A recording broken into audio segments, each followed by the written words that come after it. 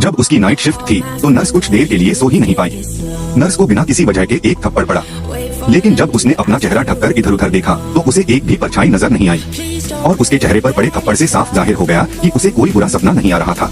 पहले तो उसने सोचा कि कोई सहकर्मी शरारत कर रहा है, लेकिन अगली रात यह किस्सा एक अस्पताल में हुआ।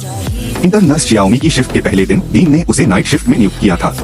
जब वह अपने कपड़े पहनकर काम पर जाने के लिए तैयार हो रही थी तभी उसे अचानक बाहर एक साया खड़ा दिखाई दिया। उसने सोचा कि कोई सहकर्मी है, इसलिए उसने आवाज लगाने की कोशिश की, लेकिन साये ने उसकी बात अनसुनी कर दी। जियाओमी उत्सुकता से चेंजिंग रूम से बाहर निकली, लेकिन उसे दालान में कुछ नहीं मिला। हालांकि जैसे ही वह चेंजिंग रूम में वापस आई उसे फिर से साया दिखाई दिया। परछाई अजीब लग रही थी और शाओमी को डरा रही थी। सौभाग्य से थोड़ी देर बाद परछाई गायब हो गई। हालांकि जब शाओमी एक मरीज को इंजेक्शन देने वार्ड में आई तो मरीज ने बताया कि उसे इंजेक्शन लग चुका है और उसने बताया कि नर्स ने काला लबादा पहना हुआ था।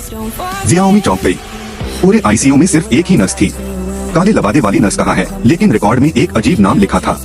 उसके पास रखी दवा की शीशी भी इस्तेमाल हो चुकी थी।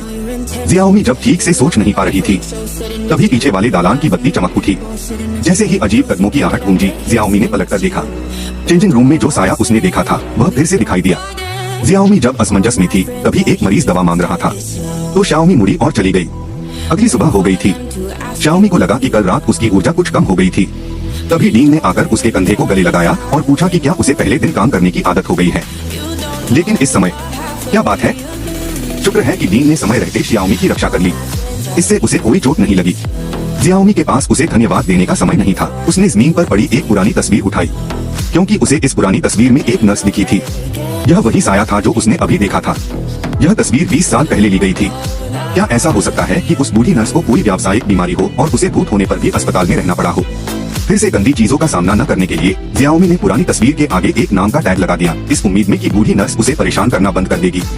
लेकिन नर्स की बातों से उसकी पीठ ठंडी पड़ गई। नर्स ने शाओमी को मानसिक रूप से तैयार रहने को कहा और कहा कि अस्पताल में जो डरावनी चीजें हैं वे असल में भूत नहीं हैं, भूतों से भी बदतर एक और चीज है। जल्द ही जियाओमी को नर्स की बात समझ आ गई। डीन ड्यूटी के दौरान जियाओमी को परेशान करता रहा।